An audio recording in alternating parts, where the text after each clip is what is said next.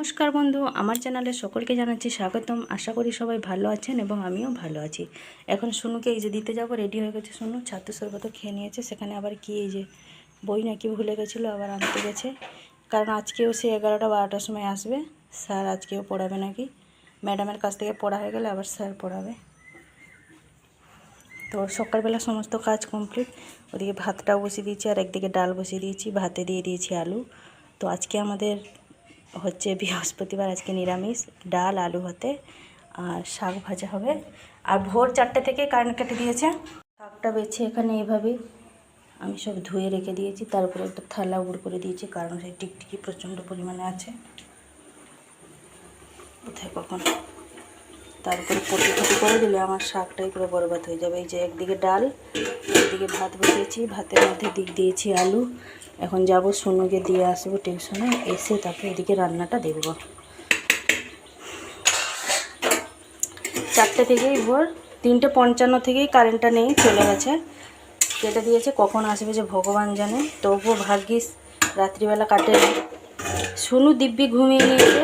ও যেরকম উঠে 6:30টার সময় সেরকমই উঠলো। ডেকে ডুকে ওকে তুলতে হয়েছে। 4টে থেকে ওকে বসে বসে হাওয়া করছি। তারপরে আমি উঠে আবার সেই মসকিউটো স্টিকগুলো সেগুলো আবার জ্বালালাম, একটা জ্বালিয়ে দিয়েছে। তারপরে বাইরেটা কাজ করছিলাম। ও ঠিক গরমে ঘুমিয়ে পড়লো। কী করে যে ওর ঘুম হলো সেটাই আমি চিন্তা করছি। তাহলে এবার সোনুকে দিয়ে আসি, সাইকেলটা বের করি। ওই যে রেডি হয়ে এখানটা দাঁড়িয়ে আছে, যাবে বলে। গেছে 9টা 5, সমস্ত কাজ কমপ্লিট, রান্নাবান্না সব কিছু শেষ।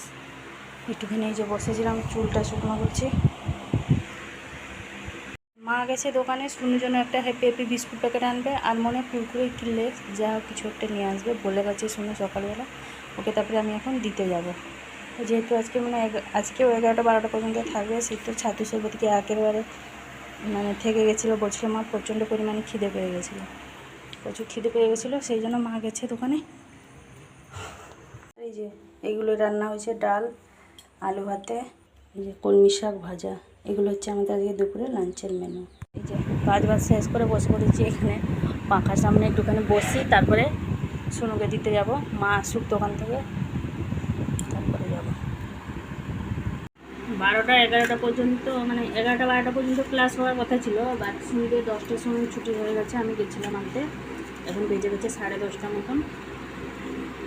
সোনুকে ভাত খাইয়ে দিচ্ছি, ডাল, আলু ভাতে, আর কালকের এই ওর জন্য 2 পিস চিকেন রেখে দিয়েছিলাম, ওখানে এটা দিয়ে ওকে ভাত খাওয়া। ও এভাবেই লেবু লবণ দিয়ে ভাত চটকে একটুখানি জল ঢেলে দিলে খেতে ভালো লাগে।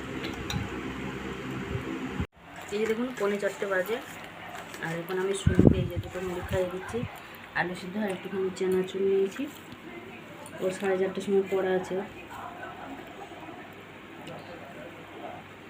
এবার দিতে যাব।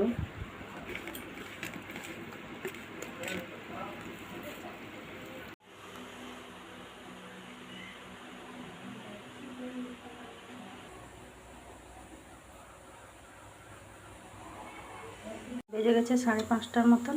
এই যে হয়ে গেছে, চলে এসেছি রান্নাঘরে। সোনুকে টিউশনে দিয়ে 4:30টার সময় পড়া ছিল, সোজা চলে এসেছি রান্নাঘরে। আমি রুটিটা হয়ে গেছে এখানে। এই যে এদিকে করছি আলু তরকারি, আলু তরকারিটা হয়ে গেছে। এদিকে একটুখানি পকোড়ার মতন করছি। এগুলো হচ্ছে পুঁই শাকের বড়াটা করছি। তো পুঁই শাকের বড়াটা করছি, পুঁই শাক যেহেতু অল্প ছিল সেই জন্য একটুখানি পেঁয়াজটা একটুখানি গ্রেট করে নিয়েছি, আলুটাও গ্রেট করে নিয়েছি একসাথে, সব রকম মশলা দিয়ে এভাবে একটুখানি পকোড়া খেতে মনে করলো, সেই জন্য এভাবে ভেজে নিচ্ছি। কমপ্লিট, রাতের ডিনার কমপ্লিট। এই যে আলু তরকারি, রুটি, এই যে পুঁই শাকের বড়া।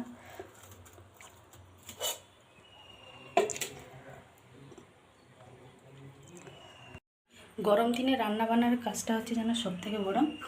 রান্নাবান্না করতে গিয়ে আমার কী অবস্থা, আজকে প্রচণ্ড পরিমাণে গরম লাগছে। এতটাই গরম দিচ্ছে যে আর বলবনি। সে যেরকম মানুষ বলে না যে হাড় কাঁপানো ঠান্ডা, এটা হচ্ছে হাড় গলানো গরম। প্রচণ্ড পরিমাণে গরম লাগছে। রান্নাবান্না সব কমপ্লিট, রান্নাঘরের কাজও কমপ্লিট। এবার মাকে কাকাকে চা দিয়ে দেবো, চা দিয়ে আমি একটুখানি বাইরে গিয়ে বসবো। তারপরে আবার সোনুকে আনতে যেতে হবে।